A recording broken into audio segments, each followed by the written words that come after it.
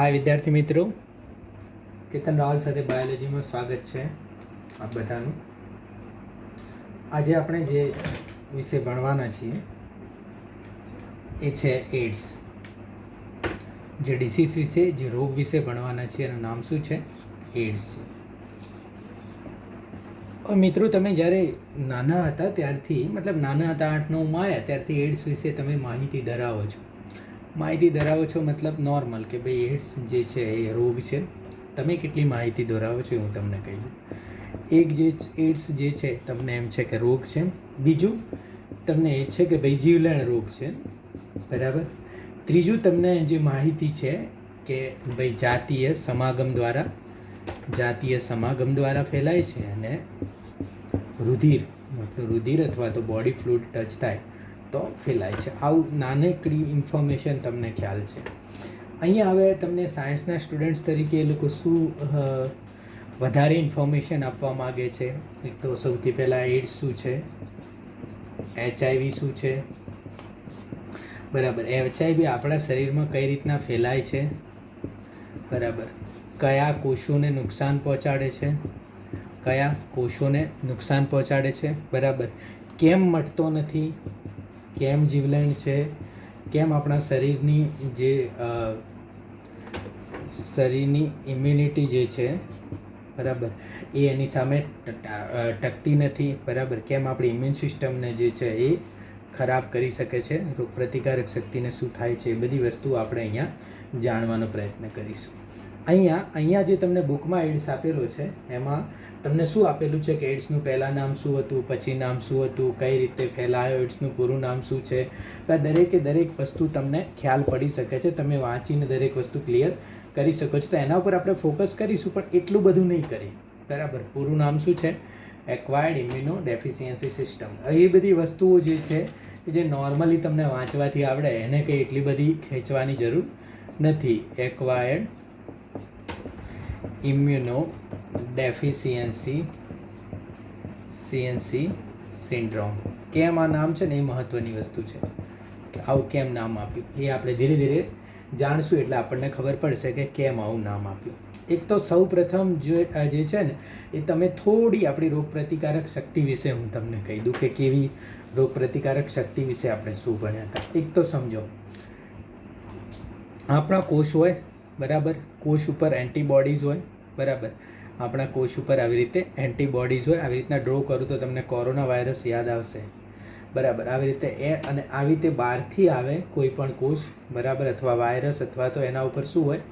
Antigen હોય. આપણી antibody એન્ટીજનને ઓળખી કાઢે, પછી એન્ટીબોડી ઘણા બધા એન્ટીબોડી બનાવે, એના ઉપર હુમલો કરે ને એને મારી નાખે. આ શું હતું? આ જનરલ સ્ટ્રક્ચર છે કે આપણા કોષ પાસે એન્ટીબોડી હોય જે બહારના કોષોના એન્ટીજનને મારી નાખે. આટલી આપણને ખ્યાલ છે. હવે HIV શું છે, એની પાસે શું હોય છે, કઈ રીતનું છે. એક તો તમને ખ્યાલ હોય કે અત્યારે આપણે એડ્સ વિશે કશી વાત નહીં કરી. અત્યારે આપણે એ લોકોએ સૌથી પહેલાં જોયું ને ત્યારે એમને એક વાયરસ ખબર પડી કે આવો કોઈ વાયરસ છે, અને ઘણા બધા સમય પછી એ લોકોએ આનું નામ આપ્યું HIV, બરાબર. Immuno deficiency virus. આપણી નોટ્સમાં લખેલું છે કે ભાઈ આ વાયરસ શું છે, કઈ રીતના છે, બરાબર, કેમ નામ આપ્યું, શું છે. જે વસ્તુ લખ્યાથી ક્લિયર થઈ જાય એવી વસ્તુ લખેલી છે આપણી પાસે, બરાબર. હવે અહીંયા સૌથી પહેલાં તમારે સમજવાનું શું છે? HIVની રચના. સમજવા જેવી એક જ વસ્તુ છે HIVની રચના. શું રચના છે, કેવી રચના હોય છે, કેમ જે છે એ આપણી ઇમ્યુન સિસ્ટમ જે છે એના વિરુદ્ધ કામ નથી કરી શકતી, કેમ ફેલાઈ જાય છે, કેમ એની રસી નથી બનતી, એ દરેક વસ્તુ અહીંયા આપણે જોઈશું કે HIVની રચના શું હોય છે, કેવી રીતે કામ કરે છે, કેમ એની વેક્સિન્સ નહીં બનતી હોય, રસી કેમ નહીં બનતી હોય. તો જુઓ, સૌથી પહેલો HIV જે છે ને, HIVની પાસે હવે બીજું એક વસ્તુ તમે ક્લિયર કરી દો કે આપણી બોડી જે છે ને, આપણો કોષ, આ કોષ કેન્દ્ર છે અને આ કોષ છે. તમને ખબર છે કે આની અંદર શું હોય છે? DNA હોય છે, બરાબર, RNA હોય છે, બરાબર. એટલે મતલબ આપણું DNA જે છે એ બનાવે છે mRNA. હવે આમ નોર્મલ પ્રોસિજર શું છે? સેન્ટ્રલ ડોગમા કહેવાય છે. શું કહેવાય? Central dogma. 6થા ચેપ્ટરમાં જોઈશું. જો નોર્મલ પ્રોસિજર શું છે? આપણું DNA છે, DNAને કોઈ પણ જરૂર પડે એટલે એ શું બનાવે? mRNA બનાવે, mRNA આગળ જાય રિબોઝોમમાં, એટલે શું છે tRNA, અને એમાંથી શું બને, પ્રોટીન બને, અને પ્રોટીન જે છે આપણા શરીરનું શું કરશે, સંચાલન કરશે. આ શું હતું, સેન્ટ્રલ ડોગમાં હતું. એટલે સૌથી પહેલી વસ્તુ આપણી પાસે શું જોઈએ, ડીએનએ જોઈએ. બરાબર. હવે આ એચઆઈવીના વાયરસ પાસે ડીએનએ તો છે જ નહીં, એની પાસે શું છે, આરએનએ છે. એની પાસે શું છે, આરએનએ છે. એટલે હવે આપણે જોઈશું કે આરએનએ કઈ રીતે કામ કરશે, શું કરશે, કેવી રીતે કરશે, એનું આખું સ્ટ્રક્ચર ઉપરથી નીચે તરફ આપણે સ્ટ્રક્ચર જોવાનો ટ્રાય કરીશું શું છે. જો સૌથી પહેલું લેયર જે એચઆઈવીનું છે, અથવા તો સૌથી બહારનું લેયર છે, એ લિપિડ બાય લેયર છે. સૌથી બહારનું લેયર છે એ શું છે, લિપિડ બાય લેયર છે. સૌથી પહેલાં તો આ લિપિડનું લેયર એનું પોતાનું હોતું નથી, આ ચોરીનું લેયર છે. બરાબર. જેમ કે તમે કોઈના ઘરમાં ગયા અને એનો સૂટ પહેરીને બહાર આવી ગયા, એ ટાઈપનું લેયર છે. આ શું છે, ચોરીનું લેયર છે. બરાબર. તમને ખબર છે લિપિડ બાય લેયર એટલે આમ 2 લેયર હોય. આવી રીતે હું 2 લેયર કરી દઉં આ વાયરસના. આવી રીતે લિપિડ બાય લેયર છે, અને એમાં ખૂપેલા પ્રોટીન છે. બરાબર. હવે આ લોકો ચોરે છે કઈ રીતના, ધારો કે આ કોષ છે, એની અંદર આ વાયરસ ગયો, એટલે બહાર નીકળશે ને, એટલે આ જે સેલ મેમ્બ્રેન વાળું લિપિડ છે ને, આટલો ભાગ લઈને નીકળશે. બરાબર. જ્યાંથી બહાર નીકળશે બસ આટલો કટકો લઈને નીકળશે. એટલે શું થઈ જશે, એ આજુબાજુ એના પહેરી લેશે. ક્લિયર થઈ ગયું. તો એવી રીતે હવે આની અંદર આ ખૂપેલા હોય છે પ્રોટીન. બરાબર. આ પ્રોટીન ખૂબ ઇમ્પોર્ટન્ટ છે. આવી રીતે ખૂપેલા પ્રોટીન હોય છે, એને શું કહેવામાં આવે છે, GP41. બરાબર. GP41. જીપીનો શું નંબર છે, નોટ્સમાં લખેલું છે. નોટ્સ અને તમે લેક્ચર જોશો તો જ ખબર પડશે, બાકી નહીં ખબર પડે. જીપીનું નામ શું છે, ગ્લાયકોપ્રોટીન. શું છે, ગ્લાયકોપ્રોટીન. બરાબર. GP41. હવે આ GP41 જે છે, હવે જુઓ આપણો આ સેલ છે ને, ધારો કે આ આપણો નોર્મલ સેલ છે, એ કોઈ પણ અહીંયા સેલ મેમ્બ્રેન ઉપર લાગેલું હોય ને, સેલ મેમ્બ્રેન ઉપર પ્રોટીન, એ એન્ટીજેનિક પ્રોપર્ટી ધરાવે. એવી રીતે આ GP41 શું છે, એન્ટીજેનિક પ્રોપર્ટી ધરાવે છે. મતલબ આપણો સેલ એન્ટીબોડી, આપણો સેલ એને આસાનથી ઓળખી અને મારી શકે. પણ GP41 ઉપર એક કેપ લાગેલી હોય છે. બરાબર. એક જે છે એ કેપ લાગેલી હોય છે. બધા પ્રોબ્લેમ આ કેપના છે. આખી દુનિયા અત્યારે આ કેપ પાછળ પડી છે. બરાબર. GP41 ઉપર શું છે, આવી રીતે કેપ લાગેલી હોય છે. આ બધી જગ્યાએ GP41 છે ને, આ રીતના ઉપર જે છે એ શું છે, કેપ લાગેલી છે. એ કયું પ્રોટીન છે, GP120. એ જે છે એ એન્ટીજેનિક પ્રોપર્ટી ધરાવતું નથી, એન્ટીજેનિક નથી. ક્લિયર, ખબર પડી. આ GP41 એન્ટીજેનિક છે, પણ એના ઉપર આ GP120 જે છે એ એન્ટીજેનિક નથી. હવે આ ભેગા થઈ જાય છે બંને, એટલે GP160 બને છે. બરાબર. GP41 હકીકતમાં ગણિતમાં 161 થાય, તો વાયરસને ગણિત નથી બરાબર એને ફાવતું, તો જે છે એ શું થઈ જશે, GP160 થશે. બરાબર. બંનેને ભેગા કરીશું ત્યારે GP160 થશે. હવે જુઓ, આ એન્ટીજેનિક નથી. હવે શું થશે, આપણા સેલ સાથે કઈ રીતના કામ કરશે, શું કરશે. બરાબર. હવે પહેલાં આનું આખું સ્ટ્રક્ચર જોઈ લઈશું, પછી હું તમને કહું સેલ સાથે કઈ રીતના. આટલું તમને ક્લિયર થઈ ગયું. અહીંયા GP41 બને છે, અહીંયા GP120 બને છે. મેં સીધું સ્ટ્રક્ચરથી ચાલુ કર્યું છે, કારણ કે આગળ જે છે એ બધું તમે વાંચીને તમને આસાનથી આવડશે. આપણે એકવાર જોઈ લઈશું એને દરેકને, પણ જે છે એ બહુ વધારે હાર્ડ નથી. બરાબર.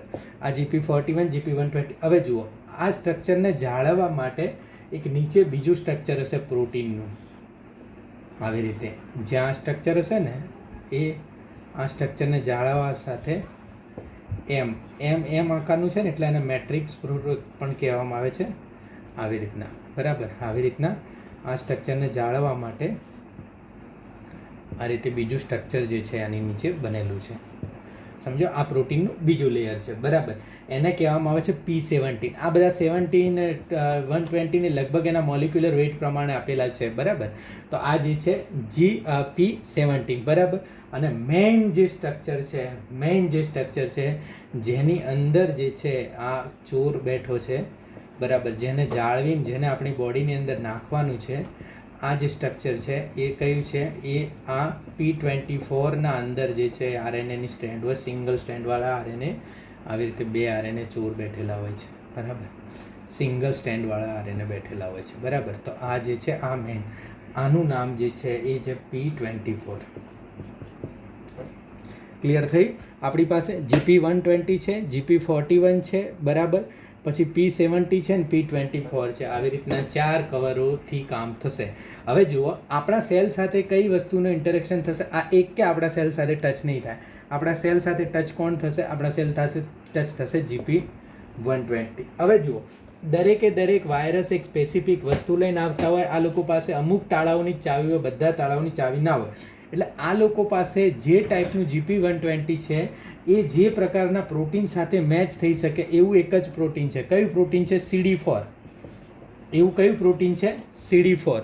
CD4 પ્રોટીન એવું છે કે જેના સાથે આ લોકો મેચ થઈ શકશે અથવા તો CD4 પ્રોટીન ઉપર આ ગોઠવાઈ શકશે. ક્લિયર થયું? તો જ્યાં CD4 પ્રોટીન હશે ત્યાં આ GP120 એની સાથે બરાબર લોક થશે. હવે એનો મતલબ એ થયો કે જે સેલમાં CD4 પ્રોટીન હોય છે એ સેલમાં જે છે આ GP120 એની સાથે જોડાશે. તો એક તો શાના સાથે હોય છે? મેક્રોફેજ કોષો હોય છે, એના ઉપર જે છે એની સેલ મેમ્બ્રેન ઉપર CD4 હોય છે. પછી મદદ કરતા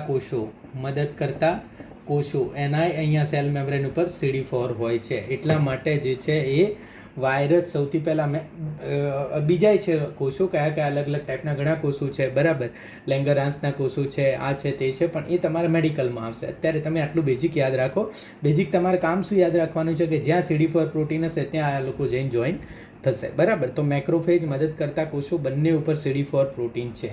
આ સ્ટ્રક્ચર છે. સ્ટ્રક્ચરની અંદર જે છે આ છે આપણી નોટ્સની અંદર મસ્ત રીતે મેં સ્ટ્રક્ચર તમને આપેલું છે કઈ રીતે છે. હવે જુઓ અહીંયા આ GP120 જે છે એ કઈ રીતે આ લોકો સાથે સંપર્ક સાધશે અને શું કામ કરશે. તમે જુઓ કેટલી સાતીરાઈથી કામ કરશે. સમજો કે આ જે છે એ આપણો વાયરસનો કોષ છે, બરાબર, અને આ જે છે વાયરસનો કોઈ કોષ ના હોય, વાયરસ જ સમજો, બરાબર, અને આ જે છે આપણું સેલ છે. હવે વાયરસનો આ GP120 છે ને આ CD4 પ્રોટીન સાથે આમ જોઈન્ટ થશે. CD4 પ્રોટીન સાથે GP120 જોઈન્ટ થશે અને એટલે એકવાર અહીંયાથી જોઈન્ટ થશે પછી આમ બે હાથ આજુબાજુ એના બે હેન્ડ નીકળશે. એટલે શું કહે છે કે કન્ફોર્મેશનલ ચેન્જ થશે.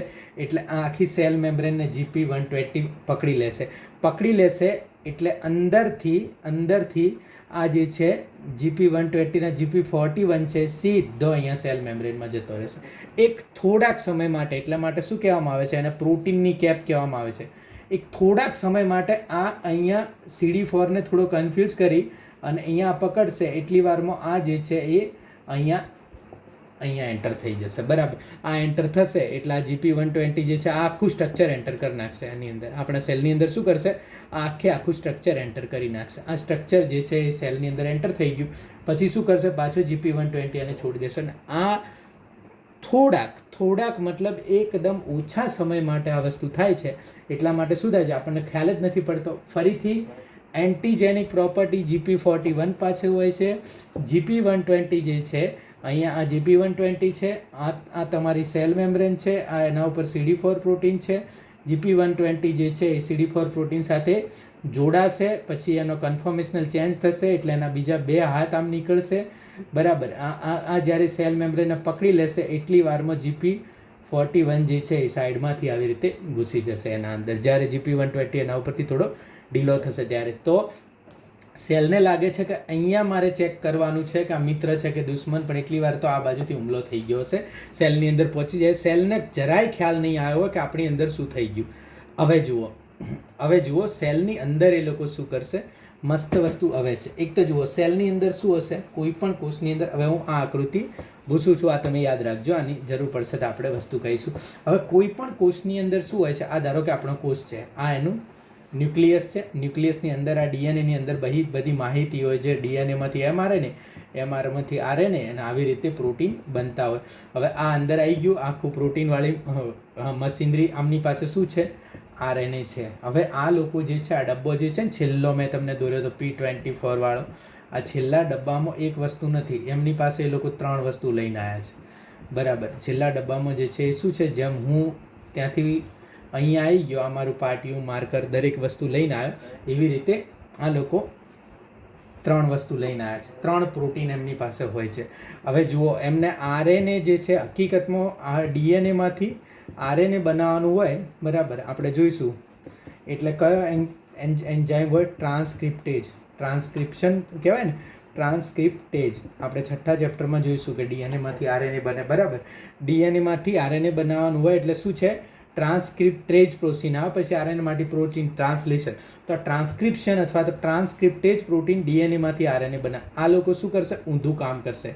આરએનએમાંથી ડીએનએ અને આરએનએમાંથી ડીએનએ બનાવવાનો એવો કોઈ પ્રોટીન કે કોઈ એન્ઝાઇમ જે છે અથવા તો કોઈ ઉત્સેચક જે છે એ બોડીમાં મળતો નથી. એટલે એ લોકો શું કરશે, પોતાની સાથે જ લઈને આવશે. એટલે એક એન્ઝાઇમ લઈને આવશે આર, રિવર્સ ટ્રાન્સક્રિપ્ટેજ. બરાબર ધ્યાન રાખજો, કયો એન્ઝાઇમ લઈને આવશે, રિવર્સ ટ્રાન્સક્રિપ્ટેજ. આ લોકો કયો એન્ઝાઇમ લઈને આવશે, રિવર્સ ટ્રાન્સક્રિપ્ટેજ એન્ઝાઇમ લઈને આવશે. બરાબર. હવે આ રિવર્સ ટ્રાન્સક્રિપ્ટેજ એન્ઝાઇમ શું કરશે, આરએનએમાંથી ડીએનએ બનાવશે. બરાબર, આરટી લખું છું હું. બરાબર, રિવર્સ ટ્રાન્સક્રિપ્ટેજ જે છે આરએમાંથી ડીએનએ બનાવશે. એટલે એક તો જુઓ, એક તો આ આપણો ડીએનએ છે, બરાબર, એની બાજુ વાયરસે પોતાનો ડીએનએ બનાવી દીધો. બરાબર, તો પોતાનો ડીએનએ તો બનાવી દીધો. ધારો કે આપણી મિલિટરીમાં આપણે કોઈ માણસને મિલિટરીમાં મૂકવો હોય તો શું કહેવાય, આપણે એને બહારથી લાવીને મિલિટરીના કપડાં સીવી દીધા અને મિલિટરી મેન તો બનાવી દીધો. પણ હવે એ લોકોને શું કરવું પડશે, આ પોતાનો ડીએનએ છે અને આ પોતાના ડીએનએને આપણા જીનોમ સાથે, બરાબર, કારણ કે આવી રીતના ઘણા બધા ડીએનએ જે છે એ જોડાયેલા હોય છે. એટલે આ ડીએનએ આપણા ડીએનએ સાથે આ ડીએનએને જોડી દેવો છે એમને. ખબર પડી, આપણા ડીએનએ સાથે આ ડીએનએને અમને જોડી દેવો છે. બીજો એન્ઝાઇમ જોઈશે જોડી દેવા માટે, ઇન્ટિગ્રેશન માટે, ચોંટાડવા માટે બીજો એન્ઝાઇમ જોઈશે. એ લોકો લઈને જ આવ્યા છે, આ ડબ્બામાં છે. બીજો એન્ઝાઇમ જોઈશે, એ કયો છે, ઇન્ટિગ્રેજ. તો એ લોકો ઇન્ટિગ્રેજ જે છે એ શું છે, લઈને આવ્યા છે. બરાબર, રિવર્સ ટ્રાન્સક્રિપ્ટેજ, આરએનએમાંથી ડીએનએ બની ગયું. હવે આ એમનું ડીએનએ છે એ આપણા ડીએનએ સાથે ચોંટવાનું છે. તો એ આ એમનું ડીએનએ જે છે એ આપણા ડીએનએ સાથે એમને ચોંટાડી દીધું. બરાબર, હવે આપણી બોડીને ખબર જ નથી કયું એમનું છે ને કયું આપણું છે. બરાબર, તો આ જે છે એ શું થયું, ઇન્ટિગ્રેજ આપણા ડીએનએ સાથે ચોંટી ગયું. હવે જુઓ, આ હકીકતમાં ટી હેલ્પર સેલ છે. એમને બિચારાને બનાવવાનું છે ટી સેલ અને બી સેલ બનાવશે ને. તમે ટી હેલ્પર સેલ એવું હોય તો ફરીથી એકવાર રિવાઇઝ કરી દેજો. ટી હેલ્પર સેલ છે, ટી સેલ ને બી સેલ બનાવશે. પણ આ ઇન્ટિગ્રેજ જે છે એના કારણે વાયરલ ડીએનએ જે છે અલગ અલગ ટાઈપના પ્રોટીન બનાવશે. વાયરલ ડીએનએ જે છે એ ટી સેલને ખતમ કરવાના પ્રોટીન બનાવશે. પ્રોટીન એટલે આદેશ. એટલે હવે આ વાયરલ ડીએનએ વાળો પાર્ટ પ્રોટીન બનાવશે, અલગ અલગ ટાઈપના પ્રોટીન બનાવશે. એટલે શું, લાંબા પ્રોટીન બનાવશે. બરાબર, તો આ રિબોઝોમ જે છે એ શું છે, લાંબા અહીંયા પ્રોટીન બનાવશે. પ્રોટીન બનાવશે એટલે પ્રોટીનને જે છે, લાંબા પ્રોટીનને કાપવા પડશે ને. કાપવા માટે આ લોકો કાતરે લઈને આવ્યા છે. અને શું કહેવામાં આવે છે, પ્રોટીએજ. શું કહેવામાં આવે છે, પ્રોટીએજ. એટલે આ બધાને કાપી નાખશે. એટલે અહીંયા આ ડીએનએમાંથી અહીંયા ઘણા બધા પ્રોટીન હવે આ કોષોમાં બનશે. અને આ કોષોમાં જે પ્રોટીન બનશે એ પ્રોટીનના કારણે શું કરશે, આ બધા કોષો જે છે એ શું થશે, નાશ પામશે. એટલે આ લોકો એક કોષ છોડીને બીજા કોષમાં, બીજો કોષ છોડી અને થર્ડ કોષમાં, આવી રીતે કામ ચાલુ રાખશે. ક્લિયર થઈ ગયું તમને? સૌથી પહેલું GP120 જોઈન થશે CD4થી. આપ ખૂબ યાદ રાખજો, આગળ મેડિકલમાં યાદ રાખજો અથવા તો જે પણ મેડિકલ ફિલ્ડમાં જાઓ બરાબર યાદ રાખજો. GP120 CD4થી જોઈન થશે. GP41 જે છે એ અહીંયા છેદ કરીને બધું અંદર લઈને જશે. એટલે આ લોકો 3 એન્ઝાઇમ લાવ્યા છે. રિવર્સ ટ્રાન્સક્રિપ્શન જે મતલબ આરએનએને ડીએનએમાં કન્વર્ટ કરશે. બરાબર, પછી શું છે, ઇન્ટિગ્રેજ ડીએનએને આપણા ડીએનએ સાથે જોડી દેશે. બરાબર, અને પછી કયો એન્ઝાઇમ લઈને આવ્યા છે, પ્રોટીએજ. એ લોકો જે પ્રોટીન બનાવશે એના કટકા કરીને આ રીતે પ્રોટીન ફરતું કરી નાખશે. પછી એ લોકો જે છે ટી સેલ જે છે એ મુખ્ય જે છે એ એમનામાં આવી જશે. હવે જુઓ, આને ઇમ્યુનો ડેફિશિયન્સી અથવા તો ઇમ્યુનો વાયરસ આવું કેમ આપવામાં આવે છે? કારણ કે એ લોકો હુમલો જ કોના ઉપર કરે છે, ઇમ્યુન સિસ્ટમ ઉપર. ઇમ્યુન સિસ્ટમ કયા કોષો ઉપર હુમલો કર્યો? મેક્રોફેજ અને ટી કોષો. બરાબર, હેલ્પર કોષો, મદદ કરતા કોષો. હકીકતમાં બધા ટી કોષો જ છે, મદદ કરતા કોષો.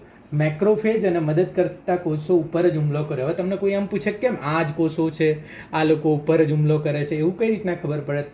તમે ફટાક દઈને જવાબ આપી દો. કેમ?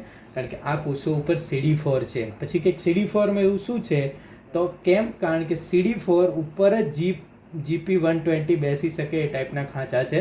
બાકી GP120ને કંઈ બેસતા ફાવે એમ છે નહીં. અને મેક્રોફેજ અને મદદ કરતા કોષો ઉપર જે છે એ શું છે, CD4 છે. CD4 એના ઉપર છે એટલે ત્યાં જોઈન થઈને હાડકું અંદર જાય છે, પોતાના બધા એન્ઝાઇમ લઈને આવે છે. વિચાર કરો, આ રિવર્સ ટ્રાન્સક્રિપ્ટેજ એકવાર કામ કરીને પછી ખલાસ કરી નાખશે. આ બધા એન્ઝાઇમ એક વાર કામ કરીને ખલાસ થઈ જશે. જરાય સેલને શક જ નહીં થાય કે અંદર કંઈક બીજું કામ ચાલી રહ્યું છે, બરાબર. કારણ કે રિવર્સ ટ્રાન્સક્રિપ્ટેજ બહાર ફરીને પછી આ બીજા બધા RNA નું DNA કરે તોય કોષને કંઈ ખબર પડે. પણ એક વાર કામ કરીને બધા ખલાસ કરી નાખશે. પોતાનું જે કામ કરવું છે એ કામ કરી નાખશે. તો આના લીધે હવે બીજી વસ્તુ કે આનું વેક્સિન કેમ નથી બનતું, શું એવો પ્રોબ્લેમ છે કે જેના કારણે વેક્સિન નથી બનતું, તો એ બરાબર દેખી લેજો. વેક્સિન આપણું શું કરતું હતું, આપણે જેટલા વેક્સિન જોયા એટલા વેક્સિનો કામ શું કરતા હતા. વેક્સિનો જે છે એ કોઈ પણ કોષ ઉપર આવેલા એન્ટીજનને ઓળખી લેતા હતા અને પછી શું કરતા હતા, એના ઉપર હુમલો કરી દેતા હતા. હવે આની ઉપર આપણે કહીએ ને કે એ તો આપણે આ કેપ ઓળખી લઈએ, કેપનું બનાવી દઈએ, તો આ કેપ જે છે GP120 એનું વેક્સિન આપણે બની શકે, બરાબર. પણ આ કેપ છે ને દર વખતે પોતાનું સ્ટ્રક્ચર બદલી નાખે છે, બરાબર. દર વખતે શું થાય, પોતાનું સ્ટ્રક્ચર બદલી નાખે છે. ધારો કે કોઈ છોકરો હોય, આપણને એમ લાગે કે આના વિરુદ્ધ આપણે કામ કરીએ, પણ એક દિવસ ડાયો હોય, એક દિવસ ગાંડો હોય, એક દિવસ મસ્તીઓ કરે, બીજા દિવસે આપણને એમ લાગે કે આજ તો ધમકાઈને LC આપી દે, બહાર નીકાળી દઈએ, ત્યારે એકદમ કમ્પ્લીટ થાય, ટેસ્ટમાં માર્ક્સ સારા આવી જાય, તો આપણને ખબર જ ના પડે કે આના વિશે શું કરવું. તો બસ GP120 જે છે એ પોતાના શું કરે છે, સ્ટ્રક્ચર સ્ટ્રેન્થ ચેન્જ કરી નાખે, બરાબર. એનું જનીનિક બંધારણ, તમે સાયન્ટિફિક વર્ડ યાદ રાખો હોય તો શું થાય, જનીનિક બંધારણ બદલાતું રહે છે. હવે તમે બધા પ્રે કરો કે કોરોનામાં આવું ના થતું હોય. બાકી જો જનીનિક બંધારણ બદલતો રહેતો હશે કોરોના, તો આપણે ક્યારેય વેક્સિન નહીં શોધી શકીએ, બરાબર. પણ આમાં જનીનિક બંધારણ જે છે આનું બદલાતું રહેતું હોય છે. બીજો વસ્તુ છે કે આ CD4 પ્રોટીનને જ આપણે ખલાસ કરી નાખીએ, અથવા તો CD4 પ્રોટીનને જ બરાબર એવું કરી નાખીએ કે એના ઉપર GP120 આવે જ નહીં, તો એ પ્રયત્નો ચાલુ છે CD4 120. અને હવે ઘણી એવી દવાઓ આવી ગઈ છે કે GP120 અને CD4 પ્રોટીનને મળવા ના દે. ઘણી એવી દવાઓ આવી છે જે છે શું છે, GP120 અને CD4 પ્રોટીનને ના મળવા દે, જેથી ઘણા બધા પ્રશ્નો ઓછા થાય, બરાબર. તો આ એડ્સ હતો. હવે તમારી બુકમાં એડ્સ કઈ રીતે આપેલો છે, શું છે વસ્તુ, એમાં આ જે આકૃતિ છે તમારા માટે ખૂબ મહત્ત્વની આકૃતિ છે. આ જે આકૃતિ જે બુકની આપેલી છે એ તમારા માટે ખૂબ ઇમ્પોર્ટન્ટ, વેરી ઇમ્પોર્ટન્ટ ફિગર છે, બરાબર. જુઓ હવે આ આકૃતિમાં એક વસ્તુ જુઓ કઈ રીતે વસ્તુ જો રિટ્રોવાયરસ આ છે. હવે આને રિટ્રોવાયરસ કેમ કહેવામાં આવે છે,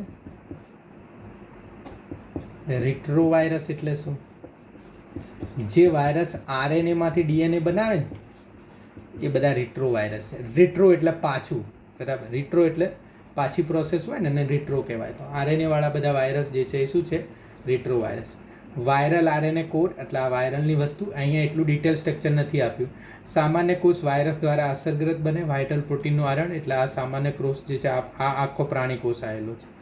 આખો શું છે, પ્રાણી કોષ. અંદર ગયો વાયરસ, રિવર્સ ટ્રાન્સક્રિપ્ટેજ, બરાબર. DNA નું નિર્માણ થયું, વાયરલ DNA આ યજમાનના જીનોમમાં દાખલ થયો. હવે જુઓ અહીંયા એન્ઝાઇમ નથી આપેલો, તમને ખબર હોવી જોઈએ કયો એન્ઝાઇમ છે અહીંયા. યસ, ગુડ, ઇન્ટિગ્રેજ એન્ઝાઇમ છે. પછી નવા વાયરસનું નિર્માણ, આ લોકો નવા વાયરલ પ્રોટીનનું નિર્માણ કરી દે છે. હવે જુઓ આમાં સીધું નવા વાયરસનું નિર્માણ આપ્યું છે. આવી રીતે ના થાય, વચ્ચે પ્રોટીન આવે, વચ્ચે પ્રોટીનનું નિર્માણ, એ પ્રોટીએજ કાપે, બરાબર. ને પછી પાછું એ લોકો પ્રોટીન જે છે એ શું છે, કપાઈ જાય, પ્રોટીએજ થઈ જાય, પછી પાછો નવો વાયરસ નિર્માણ થઈને આગળ જાય છે. અહીંયા એક સ્ટેપ કાપી નાખ્યું છે, પ્રોટીએજ વાળું. પ્રોટીન બનાવે અને નવા વાયરસનું નિર્માણ કરે, પછી આવી રીતે નવા વાયરસો બનાવી અને આ બારવાળું લિપિડવાળું કવર ઓઢીને આગળ જતા રહે. હવે જુઓ નવા જે વાયરસ હોય છે ને એના ઉપર જે છે લિપિડ લેયર હોય છે, લિપિડ બાયલેયર હોય છે, જે T કોષોનું છે. એટલે કોઈ મતલબ કોઈ શક ના કરે એના ઉપર. પોલીસની વર્દી પહેરીને ફરે, T કોષો તો આપણા ઓબ્વિયસલી ઇમ્યુનિટીવાળા છે, તો એના ઉપર કોઈ શક ના કરે. આ વેરી ઇમ્પોર્ટન્ટ ફિગર છે. અને ઇમ્પોર્ટન્ટ ફિગર તમને ત્યાર સુધી ના સમજ આવે જ્યાર સુધી તમે આ સ્ટ્રક્ચર ના સમજો. તો એકવાર સ્ટ્રક્ચર ક્લિયર કટ સમજી લેજો.